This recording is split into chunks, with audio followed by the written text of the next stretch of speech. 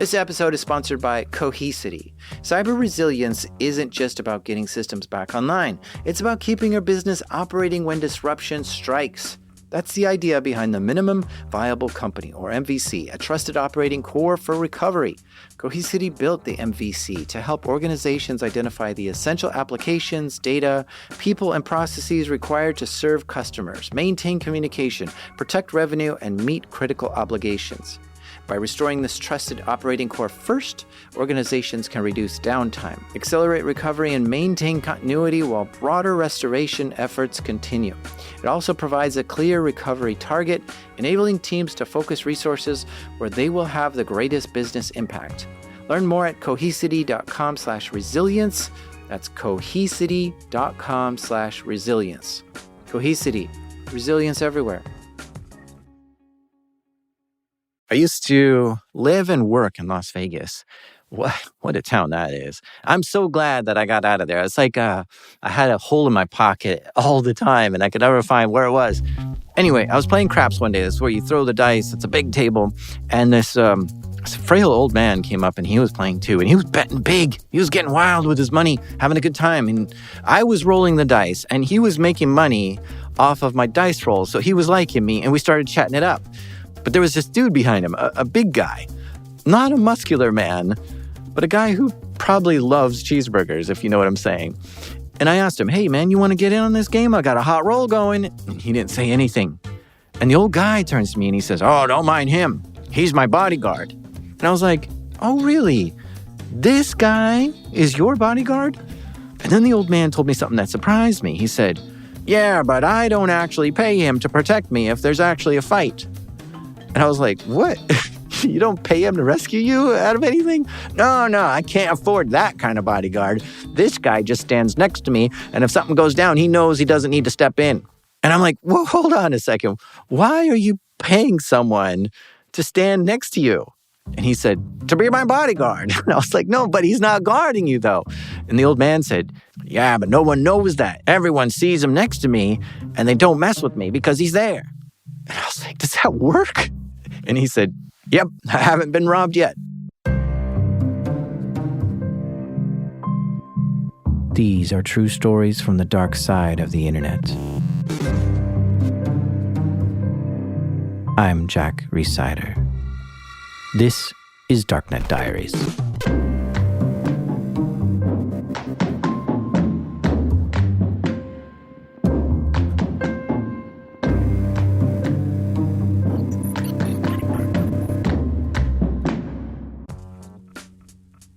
This episode is sponsored by Vanta. What's the one thing in business that's spreading as fast as AI? AI risk. Every new tool your team signs up for, every vendor that turns on AI features, every new integration, each one is an opportunity for something to go wrong. And most security programs weren't built for AI's pace of growth. Enter Vanta. Vanta is helping companies like yours watch for the risks that show up between audits, across your vendors, your AI tools, and your whole environment. How? The Vanta agent works like a 24/7 GRC engineer in the background, finding issues, drafting fixes for you, and cutting vendor assessment time by up to 50%. Whether you're a fast-growing startup or a global enterprise, Vanta is here to help you automate your security and compliance and earn and prove trust. Get started today at vanta.com/darknet. That's spelled VANTA. Vanta.com/darknet.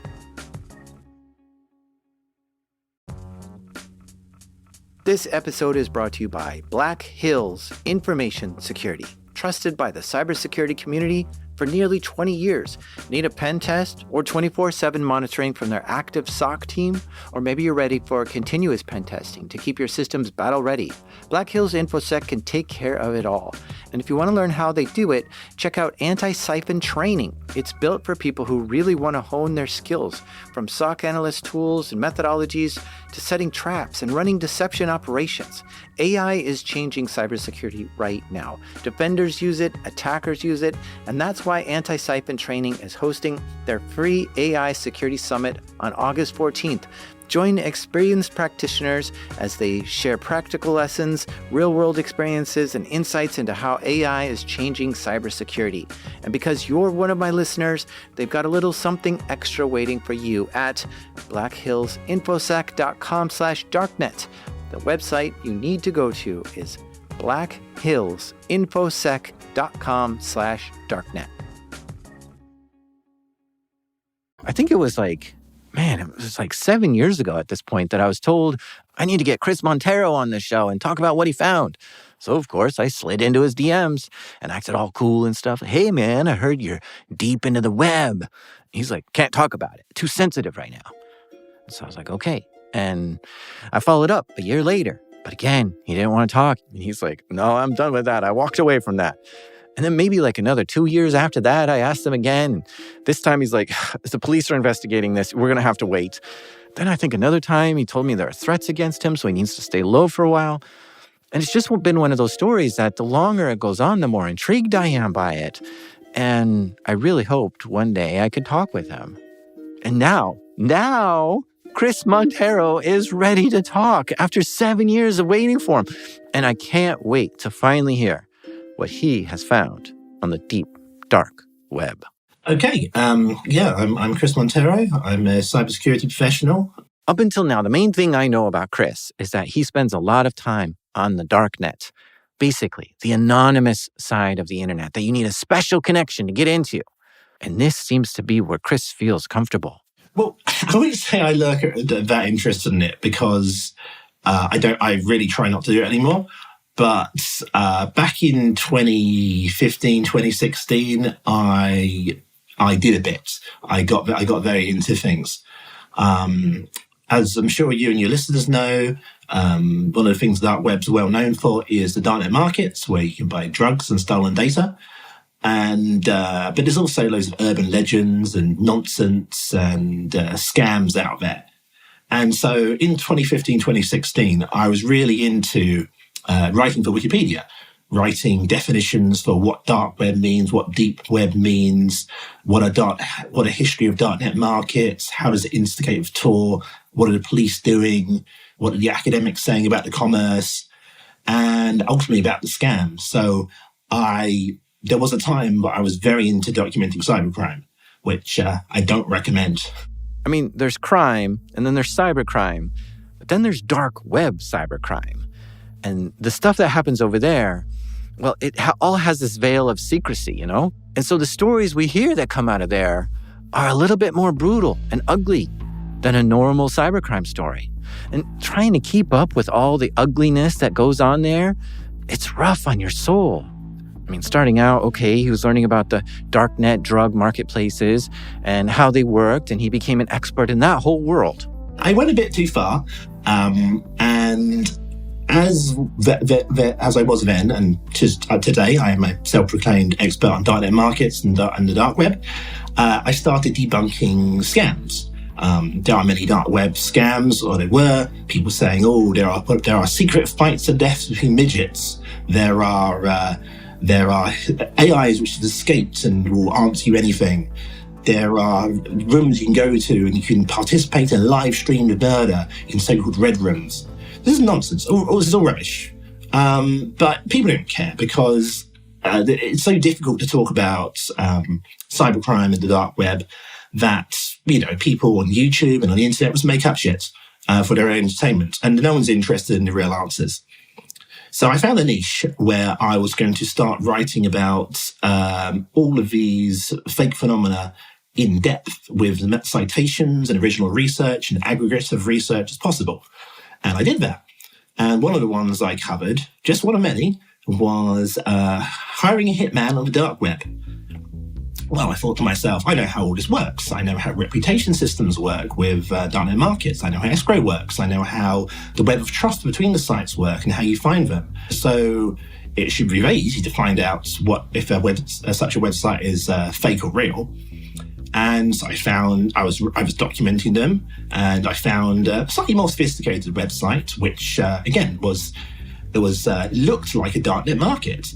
You could register, and you could apparently hire a hitman, and you could pay money for escrow and get someone killed. And it was just like a darknet market, like Silk Road or something like that. So he looked into this hitman for hire site deeper. And yeah, he sniffed it out pretty easy that it's just a scam. No actual hitmen are here who you can hire to kill someone for you. It's just a myth to be able to hire a hitman online. So he took his findings and wrote it up. At the time, he was writing articles on Rational Wiki. And this is a place that debunks conspiracy theories and explains when something is pseudoscience or real.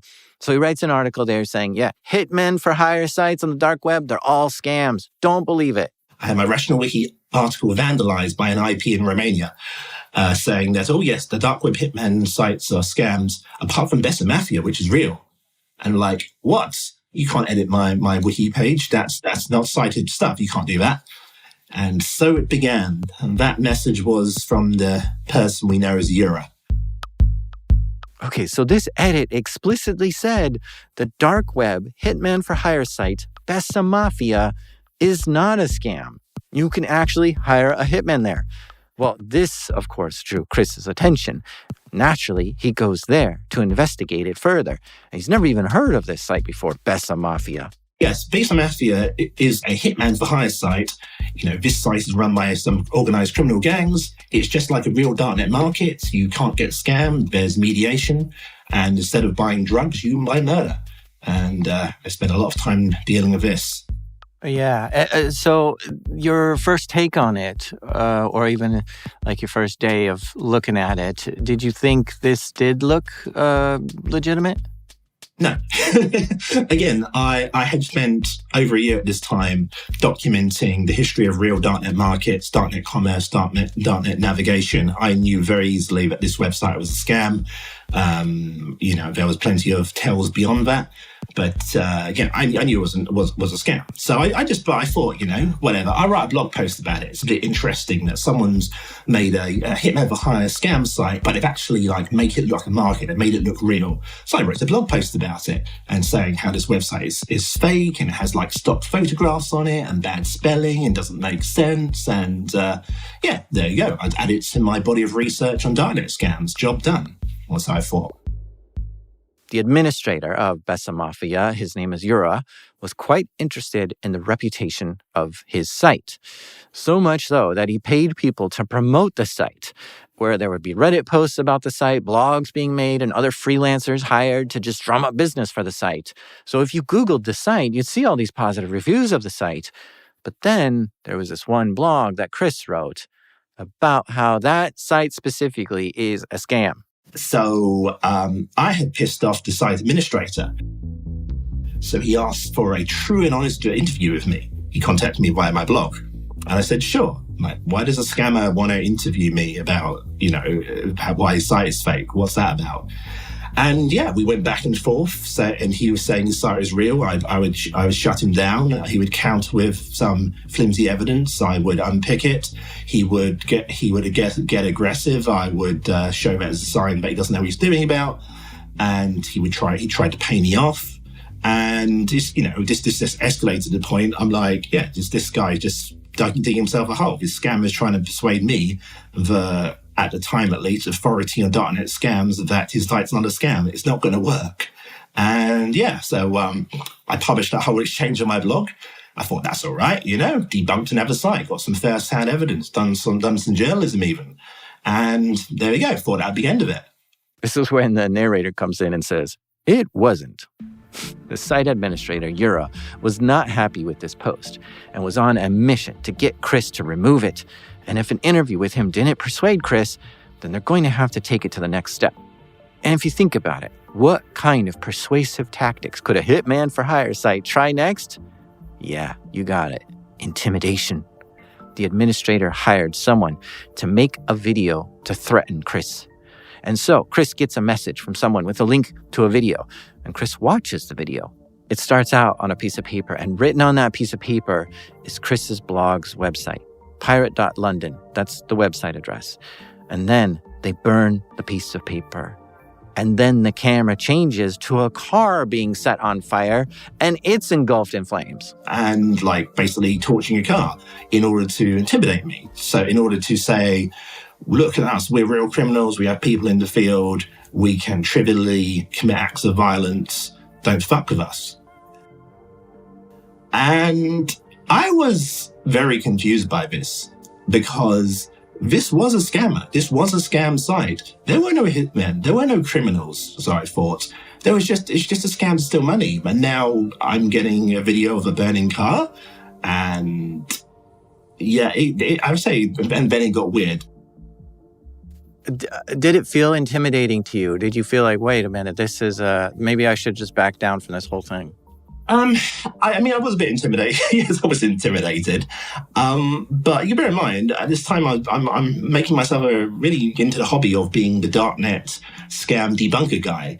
I was drawn in more by this. I was like, what is going on? Have I pissed off the mafia? Is this website real? But it can't be real. So if it's not real, how are they getting people to torch cars? And they'd have torched some other cars for some other people on the internet who had disrespect to him as well. So it was a whole thing going on. So I was intrigued, but I had to go on. Chris decides to play it safe though, and he hires a lawyer and he informs the police about this threatening video. I'm like, okay, fine, Mr. So-called hitman for hire site on the darknet. What's going on with you? So rather than just browsing the website at this point, I thought, well, okay, I will register on the website and see how it works. So I registered as Boating McBoatface because it was 2016 and Boating McBoatface was cool. And I took out a hit on Bob the Builder, the lovable children's character, on the website. And I thought, well, okay, it's okay. The website seems to have a login system, it has an ordering system, it has a messaging system, has some and whatnot. So it seems quite functional. There's got the trappings of a darknet market. So I thought to myself, that's weird. But I looked at my order for taking out Bob the Builder, and I looked at the address bar and I saw that there was an ID in the address bar at the end. It's like message ID equals 123. I thought, okay, so that's the message ID. I wonder if I change the message ID to something else. Change it to 122. And I got someone else's messages. 121. I got someone else's messages. What? He could see other users' messages? Okay, I have opinions. First, let's talk about this vulnerability. I would call this URL parameter tampering. I think that sounds cool, right? To tamper with a URL. And that's where you just change part of the URL to like one number different or something to see if you can see someone else's data. But I think the official term is insecure direct object reference. One user should never be able to access another user's private data, such as private messages like this. Yet here, it sounds like it was incredibly simple to do. A more complex approach might be that you have to go into the cookies and change which user you are, and then the site thinks you're a different user without actually validating that. But this wasn't even that hard. He just changed one number in the URL. This vulnerability is number 1 on the OWASP top 10 vulnerabilities, which falls under broken access control. But I want to point out something else here. Just because you're on the dark web, just because you're on a site that is supposedly very illegal, does not mean it's actually secure. You would think if this site was actually a place to hire a hitman, that the utmost extreme privacy would be put in place. But it wasn't, not even close. The site was a total joke as far as security and privacy goes. And I want you to keep that frame of mind. Whenever you're dealing with anything with sensitive data, your doctor, your lawyer, your bank, your tax advisor, they should all be using the utmost private way of communication, but their systems aren't always secure or private. And I just want you to think about that. If a site should be secure, like a hitman for hire site or your therapist, maybe it's not, just like in the case of this. Oh, and it's kind of hilarious that Chris is basically hacking into this site, since it might technically be illegal for him to do that. But what is the owner of the site going to do? File a police report and say, hey, man, someone hacked my hitman for hire site. So it seems like a safe thing to do. Anyway, this was a huge discovery for Chris, to be able to read any message on the site that other users were sending to the administrator. So he quickly put together a little script to enumerate through all these message IDs and to save them all into a spreadsheet so he can go through and read all the messages on this hitman for hire website on the dark web. Yeah, I've downloaded over 100 messages at this point. The website's only been in operation for a few months here, but I've downloaded all the messages. And I'm having my mind blown here because I'm seeing messages, not just like messages from me, boating at Boatface. There are some trolls and some spam in there. But there are people, and they're giving names, addresses, follow-up times, where to meet them, phone numbers, talking about alibis, talking about timings, negotiating payment, negotiating further payment. And I'm reconstructing these on my local machine from all the messages. And I'm starting to sort them out and see what's going on. And what I realize is that, yes, there's some crap going on the website, but there's a subset of people who are using the website, or so they think, to get people killed and to arrange money to get people killed. And, well, that's what it looked like to me, at least.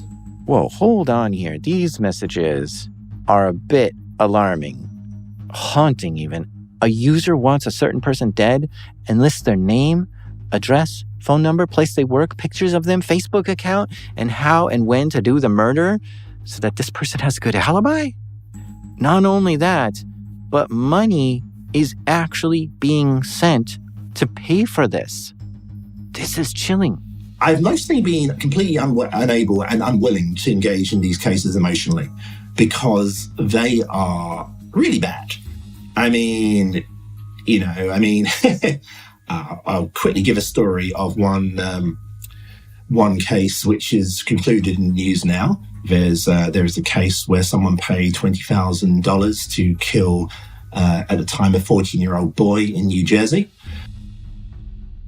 Interestingly enough, I never had the full details on that until it went to court. It turned out it was online groomer who was grooming this 14-year-old over the internet and having to show pictures and whatnot.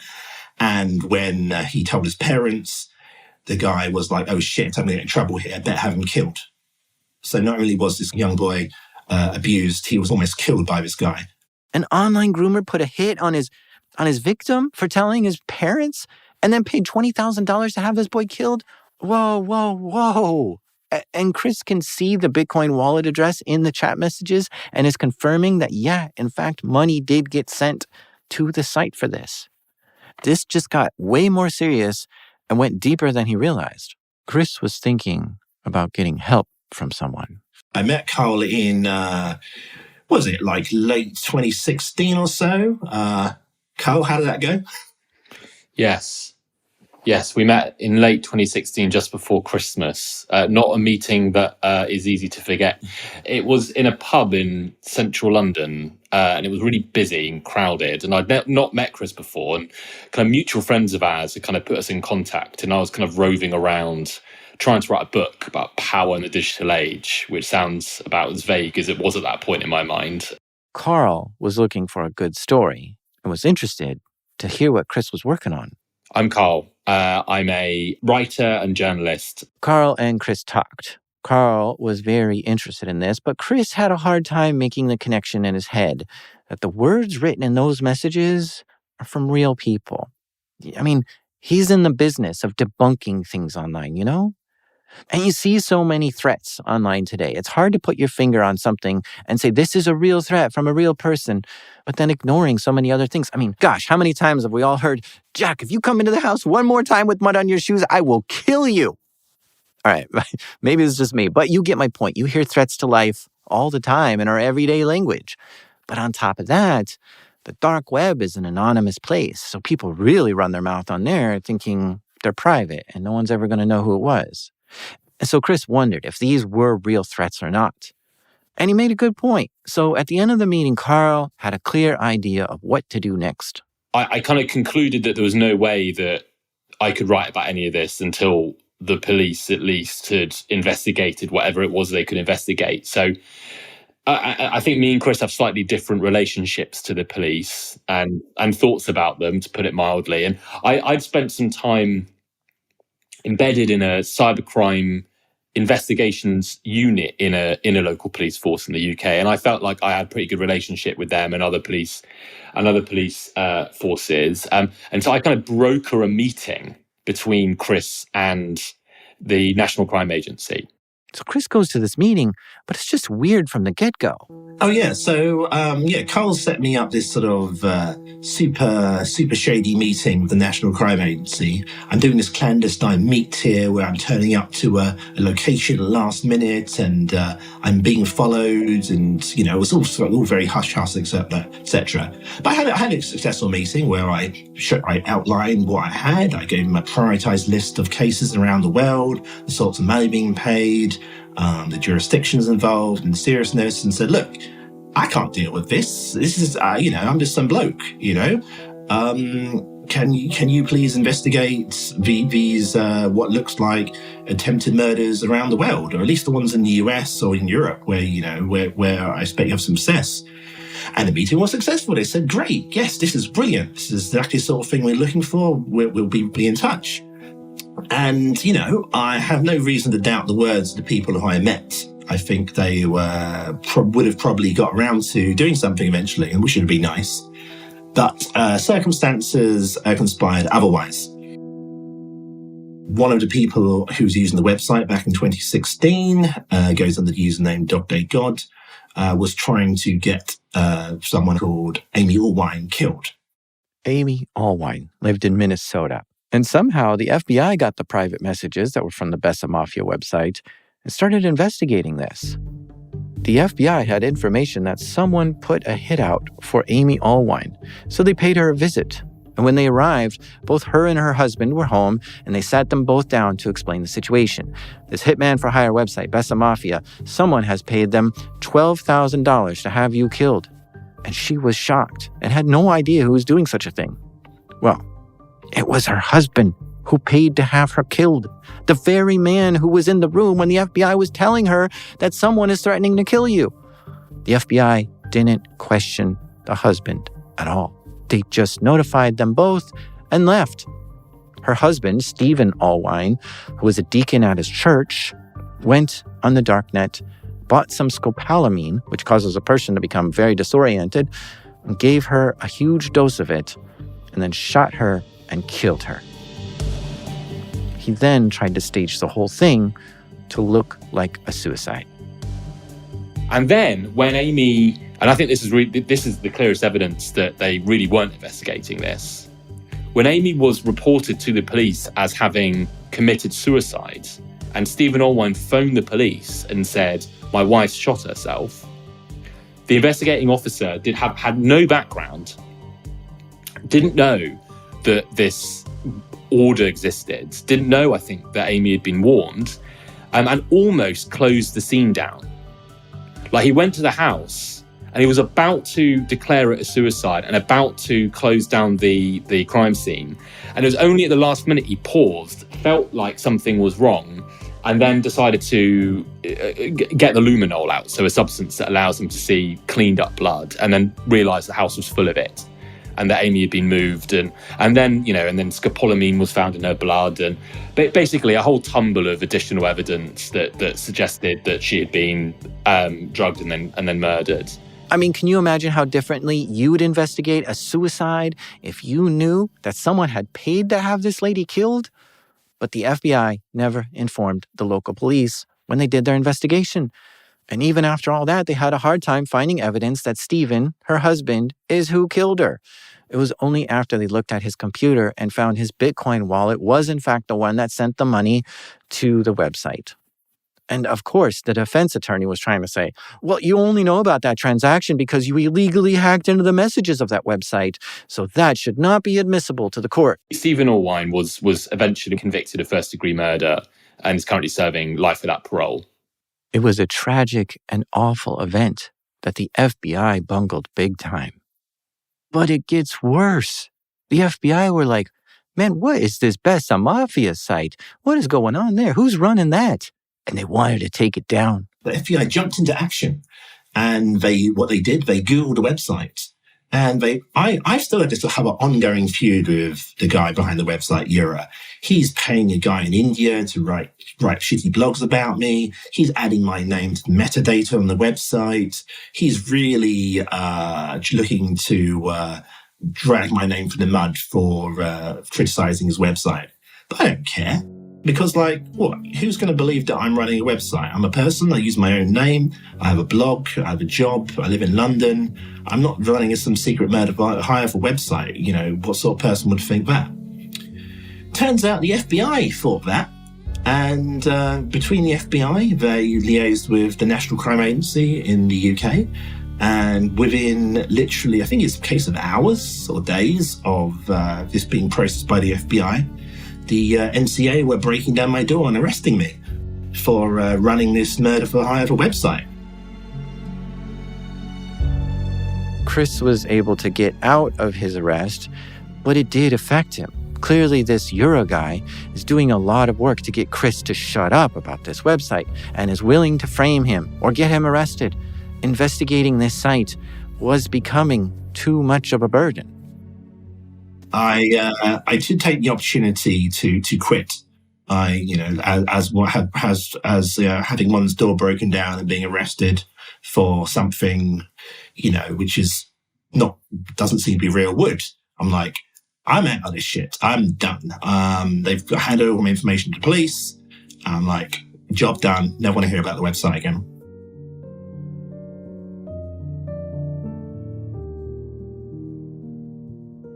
But the more Chris and Carl thought about this, the gravity of it just started to sink in. These are very real threats to life. And already one person has been killed. They had lots of time to help Amy, but they didn't. They could have saved her life, but they trusted law enforcement to do it instead, and that failed. So maybe, just maybe, they can save the next person's life. We're going to take a short break here, but stay with us. This dark web adventure is just getting started.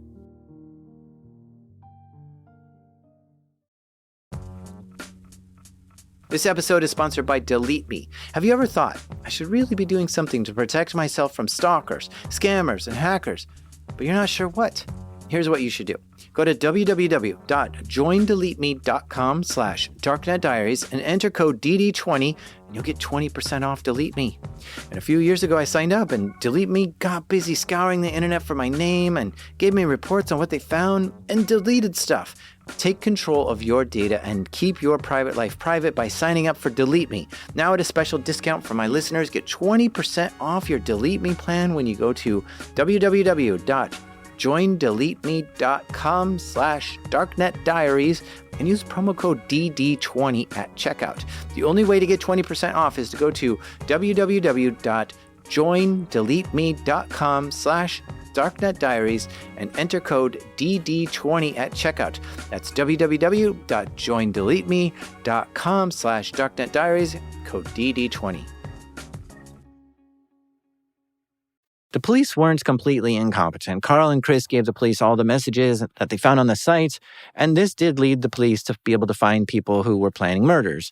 And the police were arresting people and putting them in prison, because if you pay someone to kill someone else, that's illegal. It's called solicitation of murder, and you could get life in prison for doing that. Even if you're sending the money to a scam hitman who's never going to do it, it's still illegal.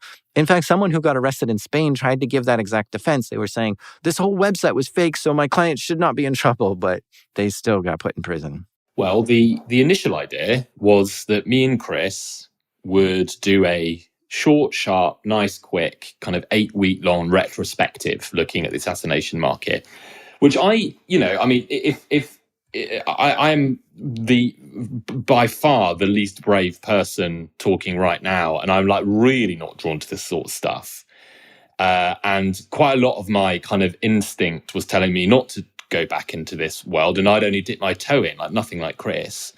But I did feel like, to me, it all felt those years from 2016 onwards, like very much like unfinished business. The site was still operating.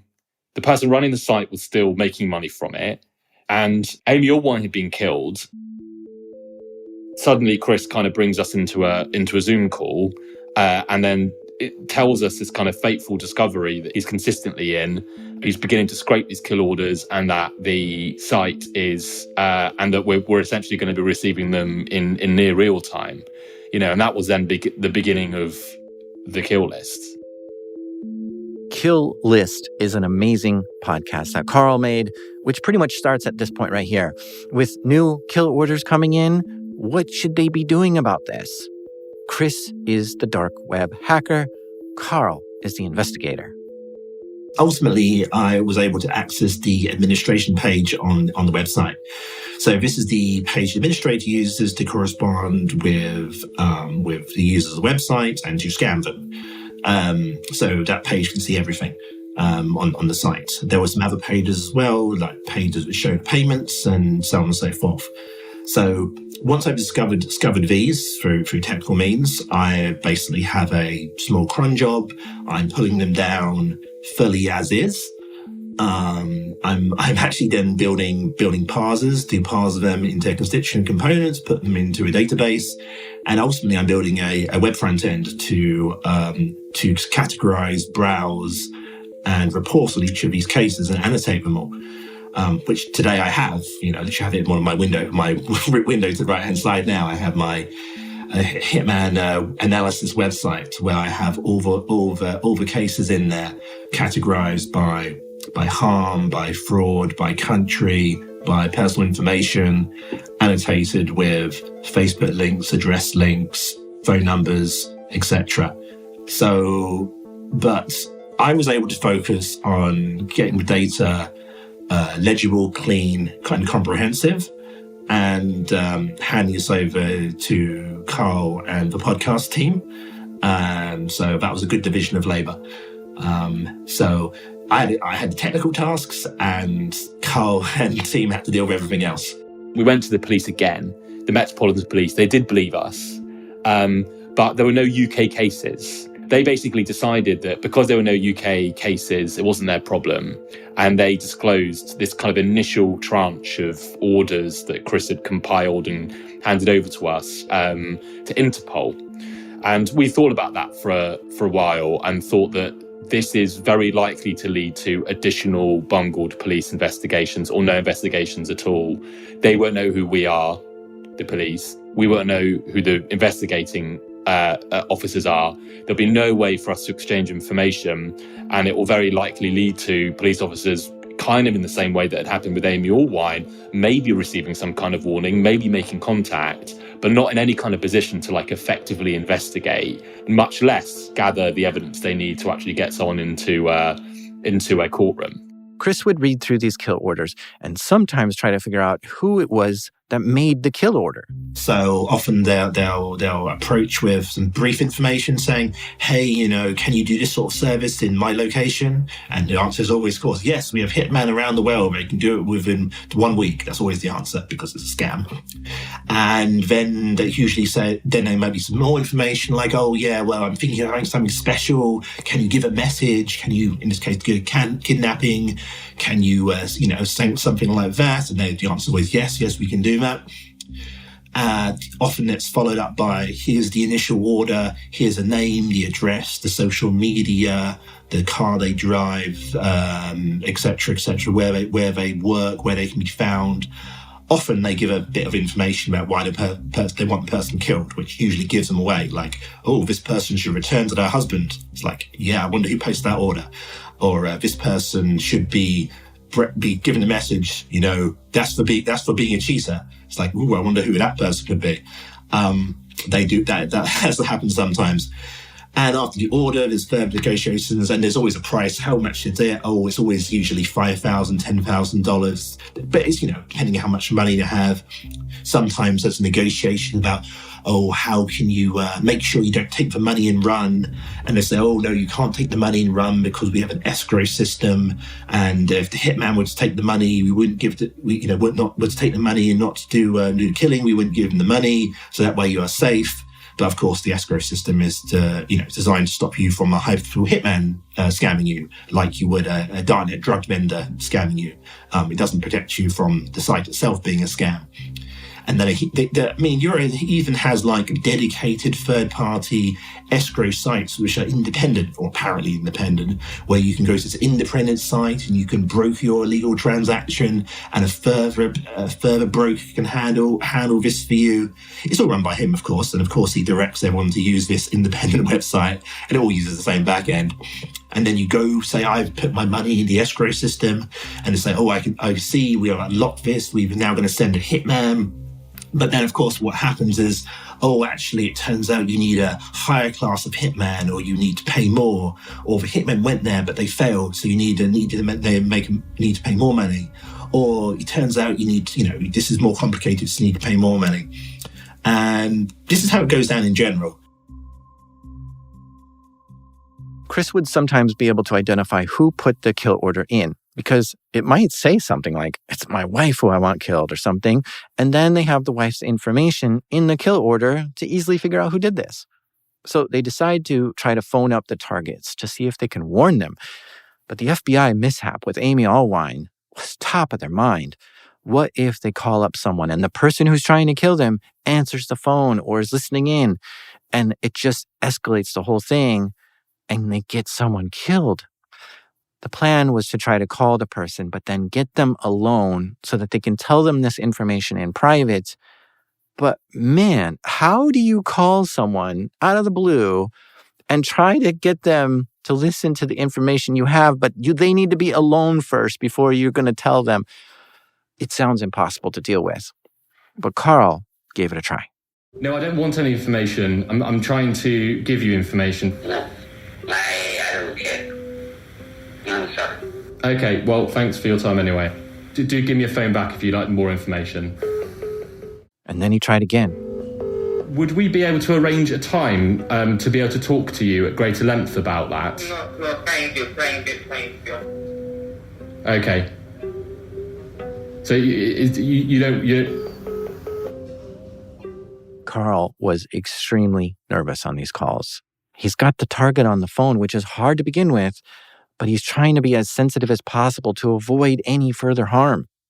He decides to try again to be more direct. I understand you don't want to work with me on the story. However, I'm actually duty-bound to say that the information that we have might relate to you being in danger. So I'm kind of duty-bound as a journalist to disclose it to you if you'd like me to. Actually, I don't have time for this even if you're asking me for a survey that has something to my relationship to the job or to professional work. No, it's not a survey. I'm a journalist. We've come across information which indicates that you might be in danger. I'm in danger? Yes, Thank you for trying to protect me. Keep me to face my dangers. Thank you. Okay. Thank you. Bye. Goodbye. Wow. Leave me to face my dangers. He's not having any of it. I'm very surprised by that. I mean, if someone phoned me up saying you might be in danger, I would want to know what it was regarding. Yeah. This is turning out to be a lot harder than it sounds. Absolutely. Like we knew the whole, we knew the whole thing was this like ethical, like kind of minefields. And I was really afraid that I would do something which meant that I could never live with myself again. We had this information that Chris was passing us that was unbelievably powerful. I mean, it had the power to save lives and destroy them. And we didn't know what to do. We had no real frameworks. We didn't know what the safest thing to do often was. We were having to kind of make it up in urgency as we were going along. And I didn't, we could have made one... It's kind of easy now to kind of talk about all of this in retrospect.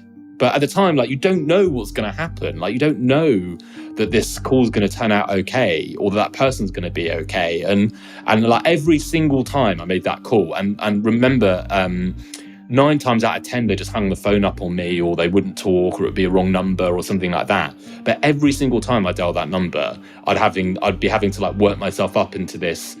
I was working myself up into this kind of state of mind where I thought, well, this could be the moment where I commit some ethical, crushing kind of mistake that haunts me for the rest of my life.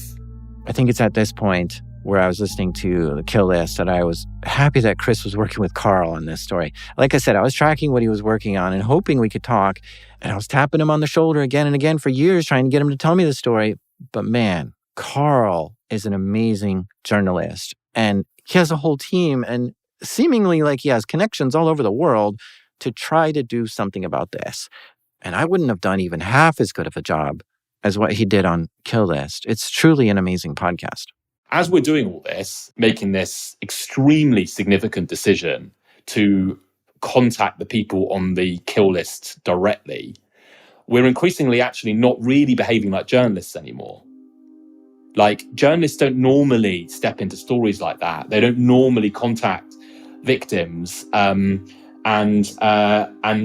like drive stories or even create them. Like, they normally kind of try and be as least kind of disruptive as they possibly can, and that's definitely not what we're doing there. So that was also like very disorientating, like stepping like further away from at least this kind of anchoring professional identity that I and the kind of team would have, you know, and becoming like something else and not really having a word for it.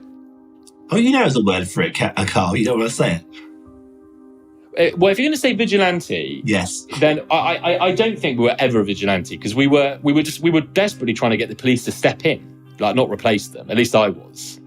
Like we were handing over everything we did to the police. So yeah, I mean, I never thought we were vigilantes. That wasn't the right word in my mind for it either. It was like some weird gap of like being a really proactive journalist or investigator. And you might be thinking, but Interpol is handling it. Just let them do it. But there's a reason that they felt it was important for them to continue to do something. It was because we were thinking about this disclosure route that had just appeared, where Chris was passing it to us, we were passing it to the Metropolitan Police, they were passing it to Interpol, and then Interpol would presumably pass it to the police forces around the world. There was one in Switzerland, there was one in Italy, there was one in Amsterdam, you know, all over the place. The problem with that was that we knew that Interpol would basically like denude the disclosures of any identifying information of us, and we would have no idea who the investigating officers were. So this kind of cut or like breach would happen. There would be no link. Like, they would just receive this Word document that Chris had created, plus maybe some like Bitcoin information. They would have no way, as the Metropolitan Police did, of actually checking to see whether I was mad or not, which they genuinely did. And we would have no way of disclosing additional information to them. And Chris was passing over like updates all the time. You know, these were live conversations that were happening. So sometimes there'd be more Bitcoin and the urgency would have changed, or a specific moment or time and place were being mentioned in the order, you know, which would change how dangerous we thought it was. And we would have no way of kind of passing that on in a reasonably swift manner to the people on the ground that could actually do something about it. So that's why ultimately we decided that we needed to go to them directly. And while investigating all this, they would run into news articles that would chill them to their bones. There's many instances and many cases. I'm sure we can touch on as many as you like, but we'll be pressed for time here. Like, for example, there was one case where there was hit against this young man in America, and someone paid $5,000 to kill him. 2 weeks later, he's dead by self-inflicted gunshot wound.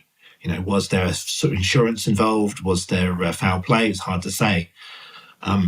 I won't go into too much of this, but during the course of our investigation, there was one of these major cases come through where someone paid a hell of a lot of money to have them killed.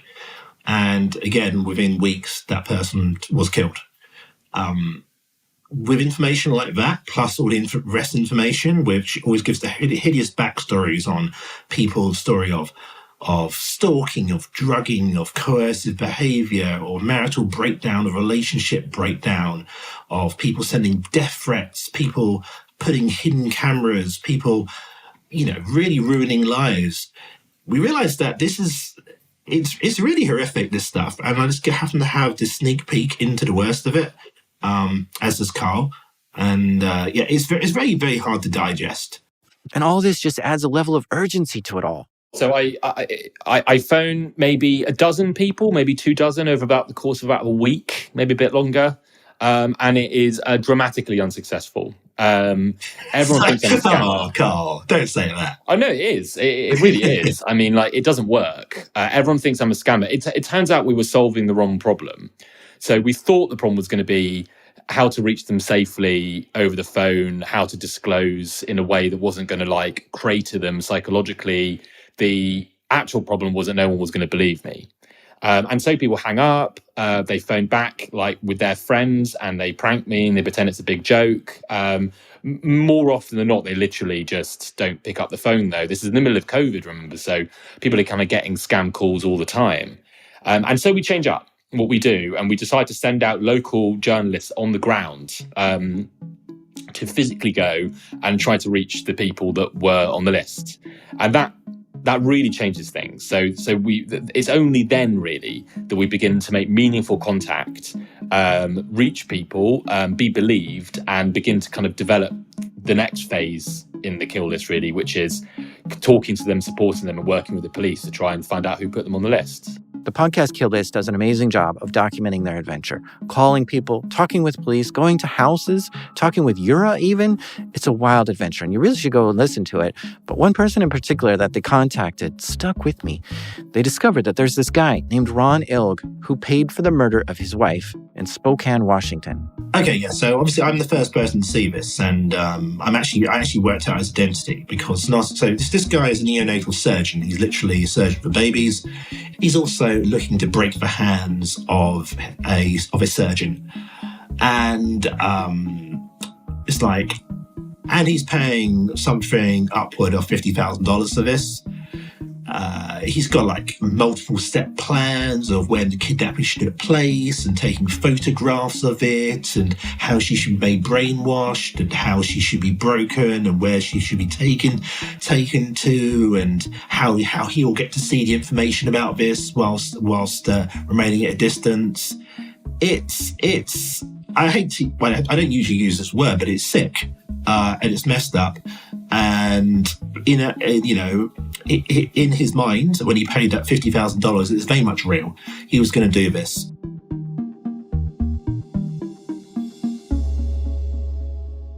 I was able to quickly work out between these identities of this woman and this surgeon mentioned that the person who seemed related to them was this character called Ron Ilg. And, I said, this is sort of information I send over to Carl and the team. And I'm like, this guy, they got to do something about it. Are the FBI helping at this point? Are they going to do something? Because this is just crazy. This is just, I can't believe this guy is going around making his plans and like no one's taking it seriously. That's terrible. In addition to that, Chris is seeing that this guy, Ron Ilg, is trying to get his wife addicted to opioids so she'll call off the divorce proceedings. He seems extra diabolical. Chris's subject in the emails would normally be new payer, which would always cause my heart to sink a little bit. But this one stood out from the very beginning for all the reasons Chris has already said. There was a bonus structure. I mean, the guy had literally already loaded in all the money for a whole series of things that had to happen to Jennifer, which were all about the use of drugs and they were all about control. And it stood out for that. It stood out actually weirdly and grotesquely because it wasn't about a murder, which somehow made it worse. But then it also stood out because the amount of money, a huge amount of money had been paid. It was the largest payment. So we reach out and get hold of Jennifer and speak to her and realise that she's in the middle of a kind of a relationship which she's leaving, which is involves Ron, who's very dangerously spiralling out of control. He seemed to have some extremely worrying behaviours to do with control. He'd probably been tracking her. He'd been kind of allegedly putting drugs into her drink. There was another woman in the marriage that he'd kept in a septic tank under his house. It was horrifying. I think the septic tank was more of a kind of I don't think it was a Hannibal Lecter situation per se. It was more of a temporary BDSM Hannibal Lecter. Well, I mean, he dressed the whole thing up as BDSM. He dressed all of this controlling behaviour up as, hey, this is just my kink. I mean, the woman wasn't in there the whole time. It was part of a he had a dungeon, I believe, in his house. And it was just all coming together as a man who was really, really, really committed to controlling the women he was in a relationship with, and didn't seem to be able to deal with his wife leaving. And this was the first time the kind of FBI really kind of moved in, and kind of we could see an investigation kind of rolling out. So Ron left for Mexico on the day that Jennifer was to be kidnapped, possibly as a alibi, who knows. And when he returned, there were 10 FBI agents waiting for him in the airport undercover. So he lands, he's immediately interviewed. His house is being searched at the same time. And he makes quite a serious error in a thumbprint safe in his house, a safe that only he could access. There is a sticky note, and on that sticky note is both his username and the password for the site that Chris has been surveilling. Okay, and the police are able to get in the safe and see that? They do. They drive him to his own house, and he opens a safe for them. Mm. Yeah, and then so what happens to him? He's released by the police that night. He makes a suicide attempt, quite a serious one, as I understand it, I think that night or the next day, and is then placed under protective. Well, he's placed under custody and then arrested when he... I just want to say that really upset me that he tried to kill himself. I got into this to stop people being murdered, and even if horrible people try and kill themselves over this is not what I want. I want to make the world a better place, and it's not always clear whether I'm achieving that, though ultimately, in this case, I think I did. But Ron is not confessing to anything. He's pleading innocent and is working tirelessly to try to make a case to free him. It's a long story, and we don't have time to go into it all. But he's now convicted and sentenced and is in prison for a pretty significant stretch. I think about 8 years. And it's wins like this where they can get a dangerous person put in prison that makes it all seem worthwhile. The kill list, this whole experience, has been a very difficult one. It's had some very bleak, very dark moments, but it's also got those moments of feeling like it's really meaningful and worthwhile. And the sentencing and conviction of Ron and Jennifer's kind of emergence from that has definitely been, for me anyway, one of those. So it was 2020 when they started taking action on these kill orders, and they've been documenting it all along. And there's just so many cases that they researched. I still feel it barely scratches the surface early of what I have. It really does. This current situation, what's happening now with the site? Is it still operational, or has it been shut down by the police, or what? There were a series of arrests in Romania, which of the site operators, or at least people affiliated with them. I believe the US authorities had something to do with that. And following that incident of the Romanian arrests, the website underwent technical changes. It was shut down for a bit, came back again. I intermittently lost bits of access until we reached a point now where I have almost no access. And so I've had no new cases come in for the last year and a bit. But in that period, we have seen basically arrests from the website in the US and Switzerland and Austria. So we have evidence that some law enforcement agency or other is either cooperating with or has infiltrated the website and is making some arrests.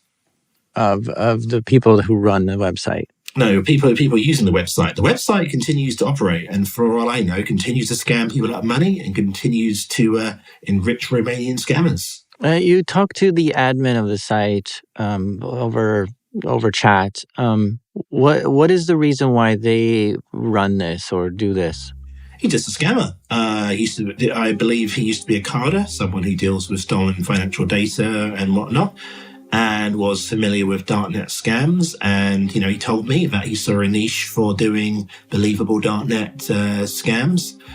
He didn't tell me. He told a persona I was had it taken over at the time. But he just thought there was a niche for a believable, effective darknet murder scam to be lucrative. And he's not wrong.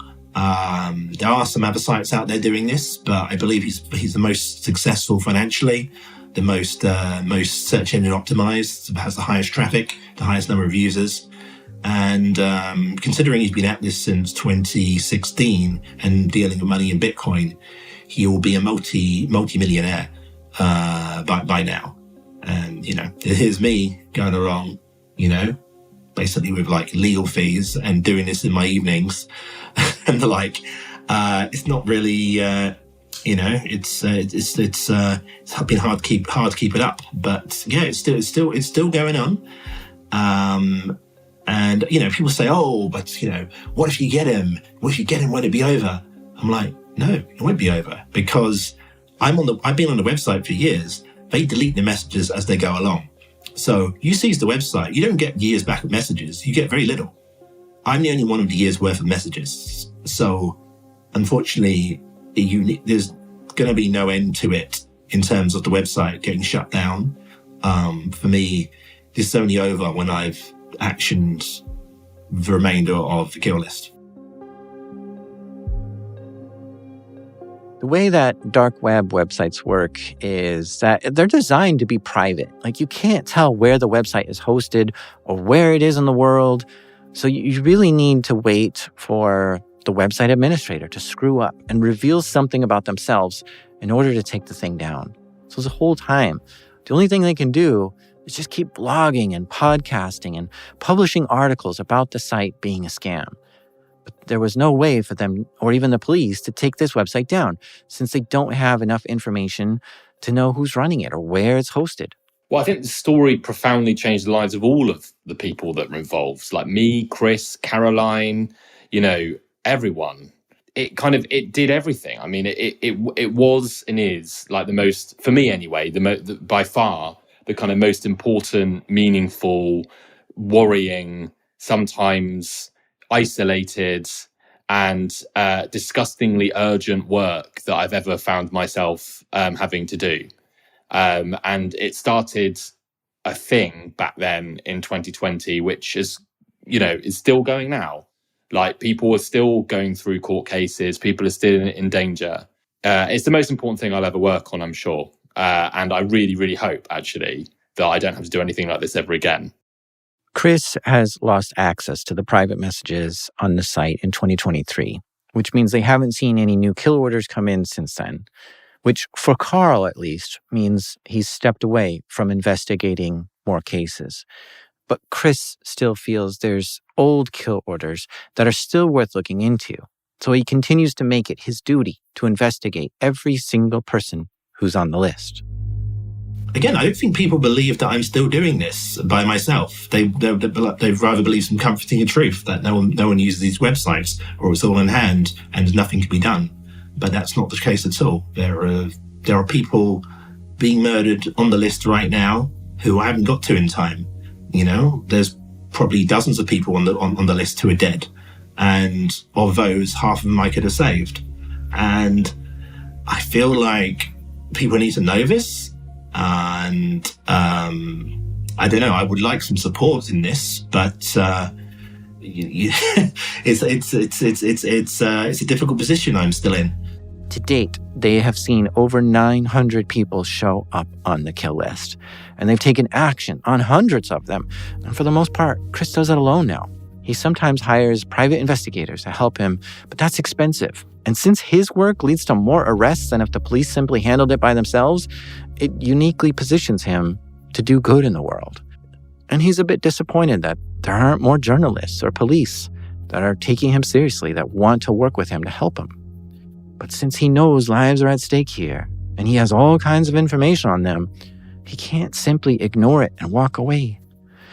To follow the latest on what Chris is doing, you can visit his website, which is pirate.london. And I should probably tell you something. In my research for this episode, I have discovered that every single Hitman for Hire website on the internet has been fake. Most are operated by scammers, some are operated by the police, but what's more is that hitmen in general are pretty much a myth. One of the things I did to prep for this episode was to watch the movie Hitman by Richard Linklater. It's based off a true story of a fake hitman. And even in the movie, they say hitmen aren't real. Take a listen. People feel almost disappointed to learn that hitmen don't really exist. This idea that there are people out there at a retail level you can just hire to eliminate your worst relationship issues or facilitate some money scheme or the usual combination of both. It's a total pop culture fantasy, but because hitmen have been a staple of books, movies, and TV for the last 50 years, good luck getting anyone to believe their existence is all a myth. Hollywood really has planted this idea in our head that seems impossible for us to undo. So I urge you to be skeptical of any such idea. But I also want to say that if your relationship with someone has gotten so bad that you want them killed, you need to get out of there. You're not acting like you know? That's your emotions that have taken over. And you won't be happy with yourself until you find peace. You need to find yourself again. Killing someone isn't going to give you the peace you think it will. You need to remember what makes you happy and seek that instead of violence. It's sometimes hard to see the light at the end of a tunnel during bad relationships or big breakups, but the future is so much brighter than you realize. Don't let them turn you into a monster. You're not a monster. Dig deep and find the strength to rise above it and be that amazing person that you actually are.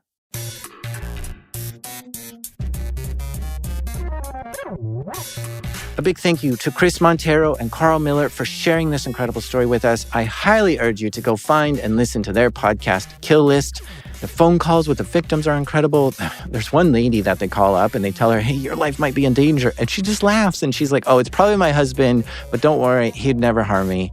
And it's just wild to hear how these people react to such news. So go check out the show wherever you listen to podcasts. And also keep up to date with what Chris is doing by visiting his blog. Pirate.London is the website.